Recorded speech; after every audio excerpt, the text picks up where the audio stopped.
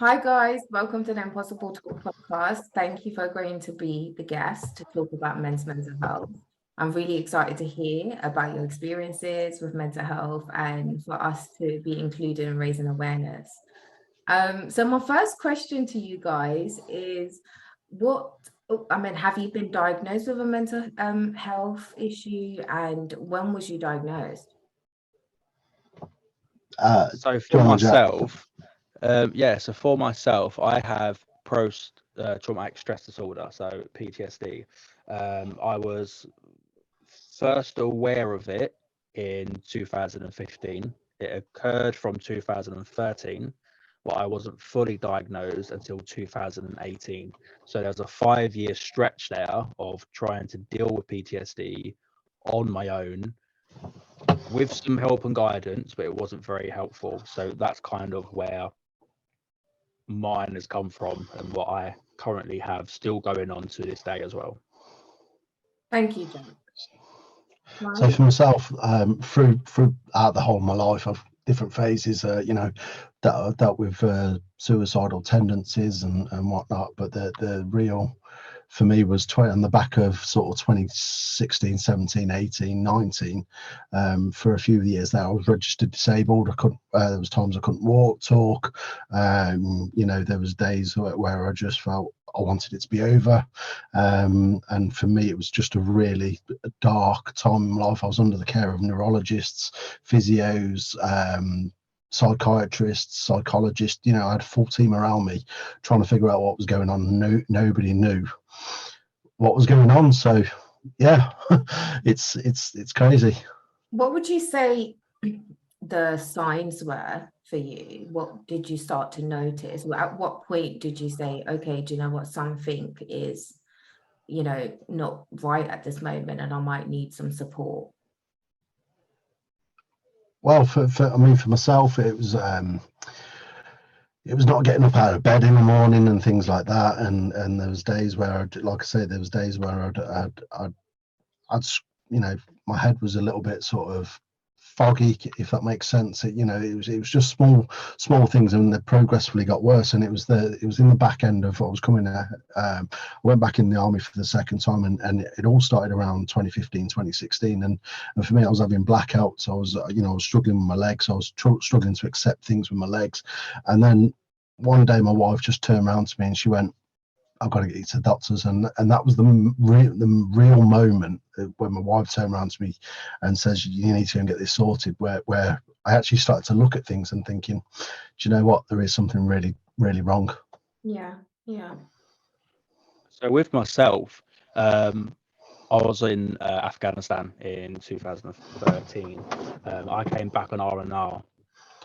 During R&R, I went to Rome with my then partner, just for a little break and getaway. I remember the first time we had like this moped backfire, and I reacted to it as if I was still in Afghanistan. Now I put that down to me literally, I've just come back, a few days ago, flown out, and I'm just in that heightened state. That's what I'm trained to do, and kind of ignored the signs. Come back from holiday, went back to Afghanistan to finish the tour off, Heroic 18, and then after that, once I was back in the UK from deployment, there was a lot of things that I thought was normal. I've come to now know that they weren't. I'd be very hyper vigilant. I'd always assess where my exits were. I'd always do scrims of individuals and of cars. If I thought someone looked at me the wrong way when I was out shopping, I'd drive completely the opposite way home. I would never take the same route twice. And again, I thought it was just the training that I had been given during my time. But the one thing that stood out that made me go and see help and go and find that help, and I'm not proud of it. I had a very big argument with my partner at the time. She had a thing of, if we was to have an argument, she would stand in front of me, she would be in my face, and I would be the person who would want to walk away, just walk out the door, have 5 minutes. She used to stop me doing that. She used to stand there and want to argue. I'm not saying she's a bad person, but she would want that confrontation. I remember having an argument with her, and then I remember waking up on the floor crying. I completely blacked out. during that moment, I had picked and thrown her. I'd picked her up and threw her onto the sofa. I had threw a plate against the wall. I had thrown cutlery around the kitchen, screamed and shouted and everything else. I don't recollect any of it. I just remember waking up completely blacked out during that moment. It was at that point I went, something's not right here. I need to go and see help. Thankfully, she wasn't hurt. She was more scared than anything. So I'm kind of obviously glad that it didn't go any further. And yeah, that was the kind of moment I was like, yeah, something's not right. Let's go and see help. And then the next morning, I was in the med center in the army asking for help. Well, I wasn't asking. I was crying and pleading for help for someone to do something. It wasn't normal. It wasn't acceptable.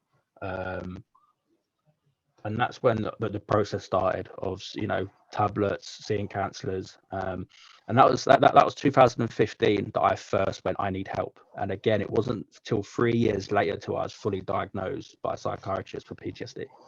Yeah. Thank you for sharing. It's quite interesting actually, because I often find as well with men being able to come forward with mental health, it can be a lot harder than women. So what are your experience with that? Do you, you know, you both have first-handedly experienced that process of accessing help as men, but do you feel like this is quite, you know, common? Yeah, hugely. This is in it, Ryan. We find it on the podcast and the people we speak to. Us men have a persona that we have to be these alphas, that we have to be men of men, and we have to be big and muscly and scary and, you know, rule the roost and pay all the bills. And that is a man. If you ask someone what is a man, that are the kind of things they would say. And that is the issue we are finding, that a lot of men are fearful of being judged when they speak up, fearful of their partners judging them, their family judging them judging themselves, friends. So as we've continued with our podcast and learned and spoke to people, we're finding more men accepting that they've got certain issues going on and they're happy to speak about it, even up to people in their 60s and 70s that are now, who are very old school, and, you know, mental health wasn't a thing back then. Yeah, they're now reaching out and they're going, do you know what, we wish there was something like this 15, 20, 30 years ago to help us. So there's always going to be a stigma, sadly. There's always going to be something stopping certain men speak out. That's just the way the world is. However, with us talking openly and talking about what we're going through, there's a powerful message there that has generally helped some people go, do you know what, I'm not alone. I'm not crazy for thinking something's wrong in my head. There is actually something going on and I need to seek help. And it's benefiting a lot of people, thankfully. Yeah. I'd say, for, you know, the more we have, the more we've dug into things and the more we've looked at things, there's a lot of help out there for people if they but they've got to look for it, and you know, there's nowhere where, you know, they go to the doctors and the GP turns around, they haven't got the capacity to really look into it. I was very fortunate, my GP was very, very good at the time, but you know, look at the GP surgeries and stuff, they're not trained in mental health, they're not, you know, there's nobody real mental health facilitators on site. Their go-to is take some tablets and, you know, come back in 6 months, see how you feel, type thing. But that's not getting to the root cause. But there are some fantastic organizations out there that are able to kind of offer that sort of assistance. But it's for men to have that ability, to have that courage to say, do you know what, I'm not feeling right today, I'm not feeling right, you know, yesterday, where can I go? And there's, you know, we work closely with a great organization called Bottled Up Blokes that we, you know, and you know, there's other things out there called Mentel. You've got the likes of Andy's Man Club and things like that. There's some really good organizations, but then you've got other organizations that provide counseling and stuff like this. So there are things out there, and if men were brave enough to go, do you know what, I'm going to put my head above the pulpit and I'm going to ask for it, you have got to look for it a little bit. There are organizations out there with the funding to help, and it's just, you know, but it's like Jack says, unfortunately there is a stigma. You know, I've got relatives that are still kind of Well, it's just a case of manning up. You know, I've got another relative that's got bipolar, and for him, it's not an illness. It's just a way of his mind is thinking, and he's like, but that's the stigma that we've got. So you've got 50% of the population thinking one thing, and then you've got everyone else thinking something else, and it's we've got to find that balance somewhere. Yeah, I agree. I think the stereotype for men that are experiencing mental health, it's unbelievable. And one of the things I've also noticed is that men who take part in DV are suffering with one of the biggest DV mental health issues that they're not able to pinpoint. Because again, like both of you said, there is that stigma of no, is you're not a man, you have to have this persona as a man. And I do think that a big part of men experiencing mental health, it would probably bring down the statistics to some DV experiences, because men are able to then access help for anxiety and any other further mental health that it stems from. Yeah, exactly. You know, you've touched on a really like touchy subject there. You know, Yeah. when a man says, "Oh, I've had this problem at home," someone will go, "Oh, just suck it up," type thing. But if it was the role reversed, would you be saying that same thing? Now, I want you're talking about obviously domestic violence there, but then if you flip that and have a look at suicide, you look at between 2020 and 2022, the best part of 11,000 men. Well, 11,000 people committed suicide over the 2 years. You look at the stats even further, 2/3 of that were men. And then you look at the stats even further than that, the sort of age group is between sort of 23 and the mid 40s. You know, that's the really sort of prevalent bit there. And it's how have we got to this in society where it's taking people like me and Jack and yourself to stand up and go, do you know what, this is no longer acceptable, but and we just want more men to talk, and this is why we're here. Yeah, I think a big part of it is that there is so much labels for men that completely suppresses men. And I think we live in the society as well where we are being told that men don't have emotions, and if they do, exactly, then well, he shouldn't have emotions because it ruins his persona of being a man. During lockdown, the pandemic was so intense for so many people that were suffering with mental health. How was your experience during lockdown with your own mental health battle? We were quite fortunate. Well, to be fair, for myself, and for myself,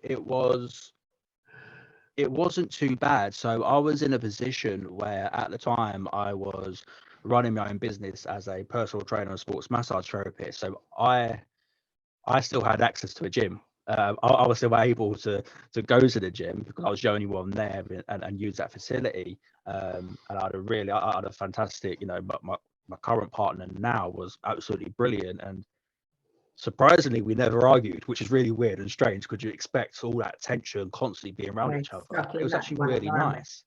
Yeah, bringing that environment and that. So for me, it was frustrating with obviously trying to run a business, financials, that was frustrating. But when it came to actually the PTSD side of things, it enabled me to take the time to do some research and look into it more and educate myself, which is where which we push quite highly, is to educate. And from the back of that is kind of one half of what inspired us to start the whole Let's Be Frank project, as it was. How did you find it? Me myself. Yeah. No, you. I found it really difficult actually, because I was in denial that I had depression and anxiety. I think I was, for many years, I was like, I've got this. I'll just do mindful activities. I'm fine, just be positive. Like, I've got this. And often, I would always joke about it. Especially with anxiety as well. I think it just became a joke you share in your social circle, but lockdown hit and I thought, no, something's really wrong. It was just me and my son at home. I didn't have an adult in the house. So it only helped me to put that center to all my thoughts. And then I thought, no, I'm having really down days, and no matter how much energy I'm putting in to uplifting myself, is really not working. And, I'm actually just waking up being exhausted because of how much self-talk I'm having to do to take me out of the mood I was in. And that's what I would call it, like it was a mood.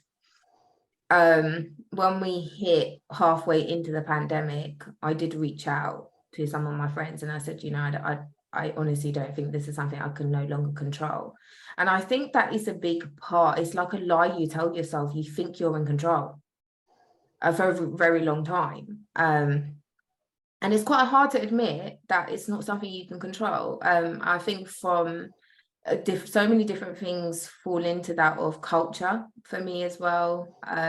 That was a big barrier. It was not something that you can easily admit that you was going through, because people would, define you as crazy or whatever other stigma that came with that. And I was also really fearful of my son being, noticing or knowing. But in the end, I got the courage and I accessed help. But again, Ryan, like you said, the first thing I was kind of offered was medication. I was like really fearful, and that really increased my anxiety. I thought, no, I don't want to go down that route. But it was something that I kind of needed to fight for myself with and be like, no, I want something else. What are your other options? Now I can say, overall, how I cope with my mental illness is to really have a balanced life and to be open with myself. That's I it. think you've got to recognize it. Sorry, Ryan. I think you've got to, as you say, you've got that balance, and you recognize what's going on, so it enables you to kind of understand and educate and that going forward. And I've just got two things. I don't mean to kind of take over your show. I do apologize. No. But just listening to what you're saying, firstly, with regards to medication, me and Ryan feel exactly the same with regards to that so many people go in and say, I'm not sleeping, I feel really depressed and I'm struggling, and they instantly go, here's a load of tablets, it'll make you feel really good. Yeah. If you don't understand what tablets do, it's not going to benefit you. So for me, when I went in, it was chronic. So it lasted for so long, it got into the chronic period of mental health and PTSD. So the tablets for me was enabling the connections and that in my brain to kind of simplify themselves and would allow me to breathe and understand what's going on and the chemical imbalance and everything. A lot of the times when people go into the doctors and GPs and they speak about what's going on, if they had the ability to spend half an hour, 45 minutes talking to them, they can probably work out that this person doesn't need tablets, but at the moment they're just going through a bit of a lull period in their life and they just need a bit of advice and a bit of help. I guarantee there'll be a lot of people having financial difficulties at the moment, and they'll be going in with depression symptoms and lack of sleep, and they don't need tablets for it. What they need to do is to understand, and they need help financially. If we can help financially, that will take the mental It's health always a trigger. away. I think triggers, it always makes your mental health worse sometimes. So I do believe, that you've got clinical depression and then you've got environmental depression.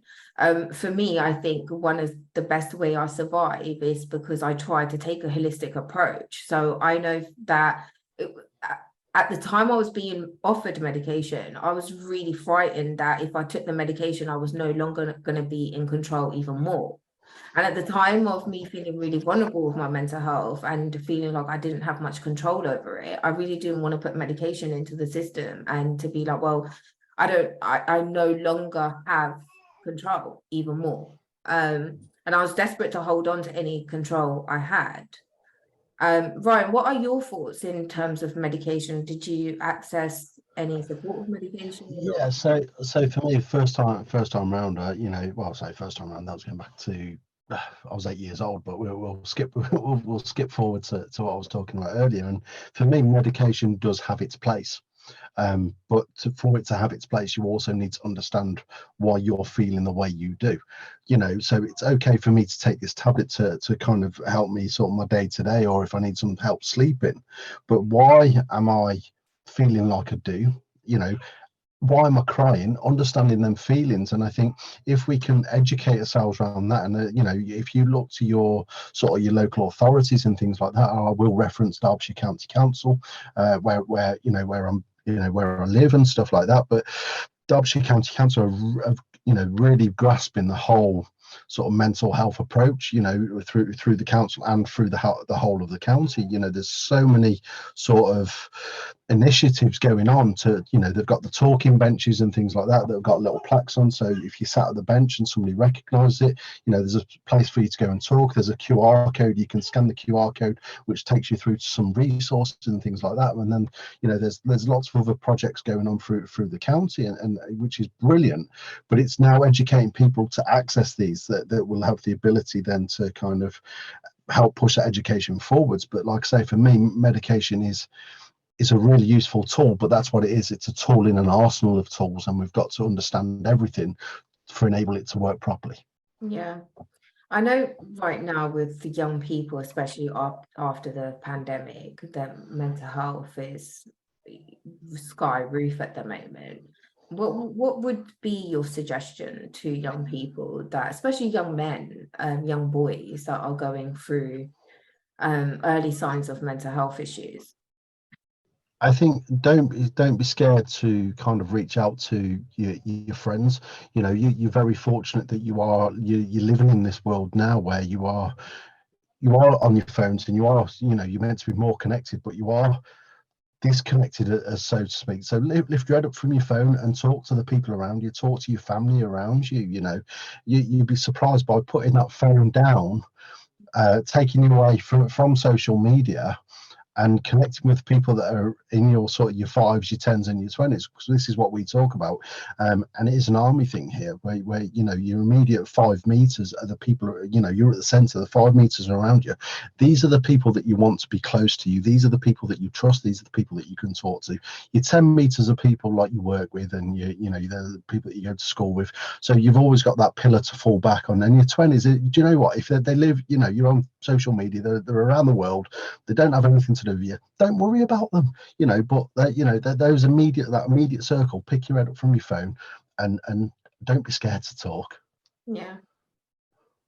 Jack? Yeah, I think for myself, and this is coming from a conversation I had a week or so ago with a customer of mine about his son, is stay away from the drink and drugs. I know it's hard. I know it's been said a million times by everyone. But if you're struggling with mental health, and you're especially at a young age, and you're using drink and drugs to help to cope with the struggles you're going through, it's only going to make it worse. I understand at the time when you have a drink or you have a spliff or whatever, it takes that anxiety away, it takes the feelings away. But afterwards, all it's going to do is heighten them to another level. And then you're going to want more drink and drugs to then bring yourself back down. And it's just a losing battle. What we need to do, as Ryan said, is talk about it, talk to your friends. And again, this is where schools should be involved. Yeah, you're going to secondary school, teach them about mental health, teach them how to talk, get people in that have lived experience, allow them to tell their stories, to then enable these other, you know, young men that are growing up to know, do you know what, it's all good that I want to be an alpha male, I want to be this, that, and the other, but I understand I have emotions. I can use my emotions. I'm allowed to cry. I'm allowed to have a bad day. I'm allowed to have a good day. If you listen to our podcast, Ryan's crying, I think, every single episode.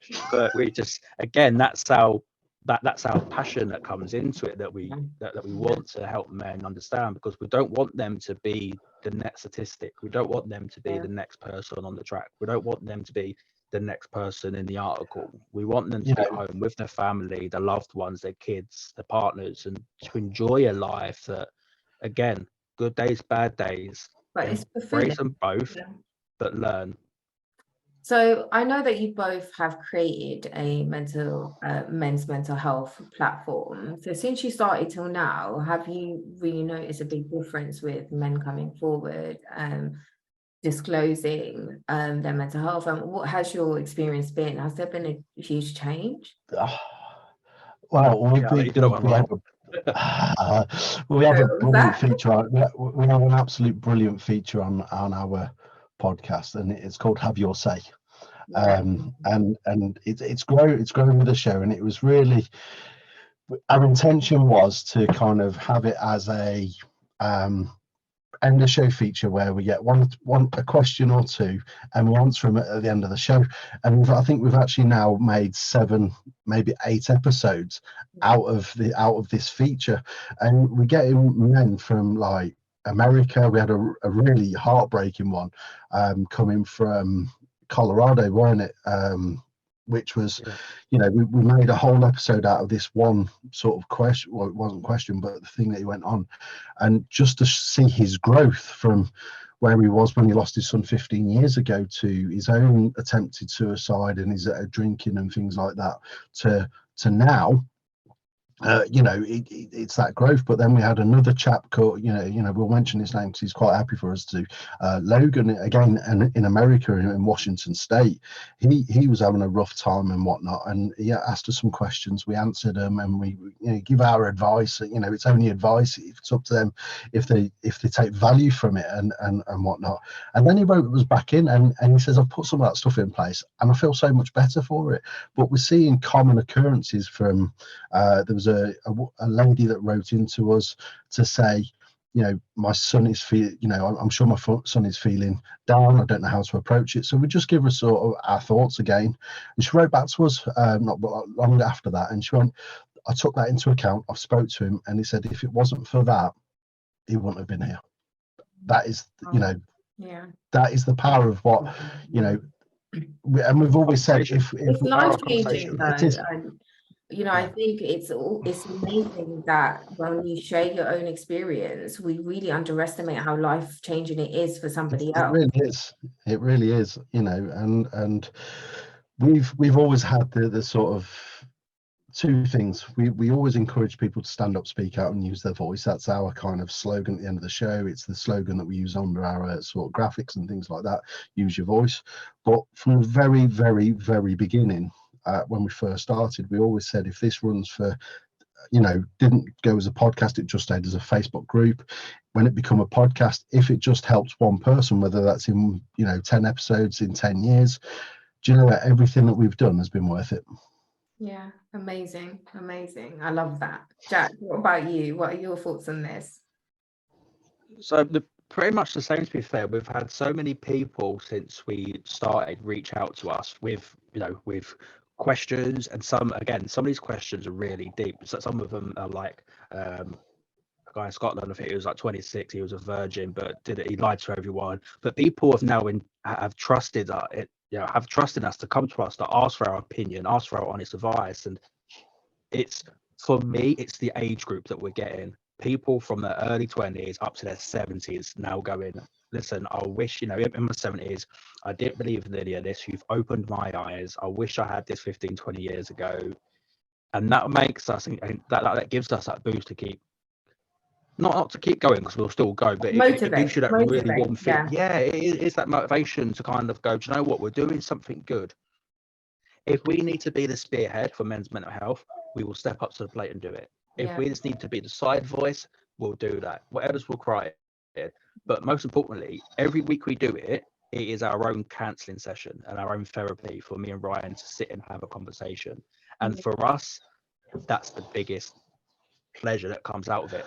Yeah, I mean, I 100% agree. I think, having a podcast movement is not only to help others, but it also helps you hearing other people's experience, their life experiences.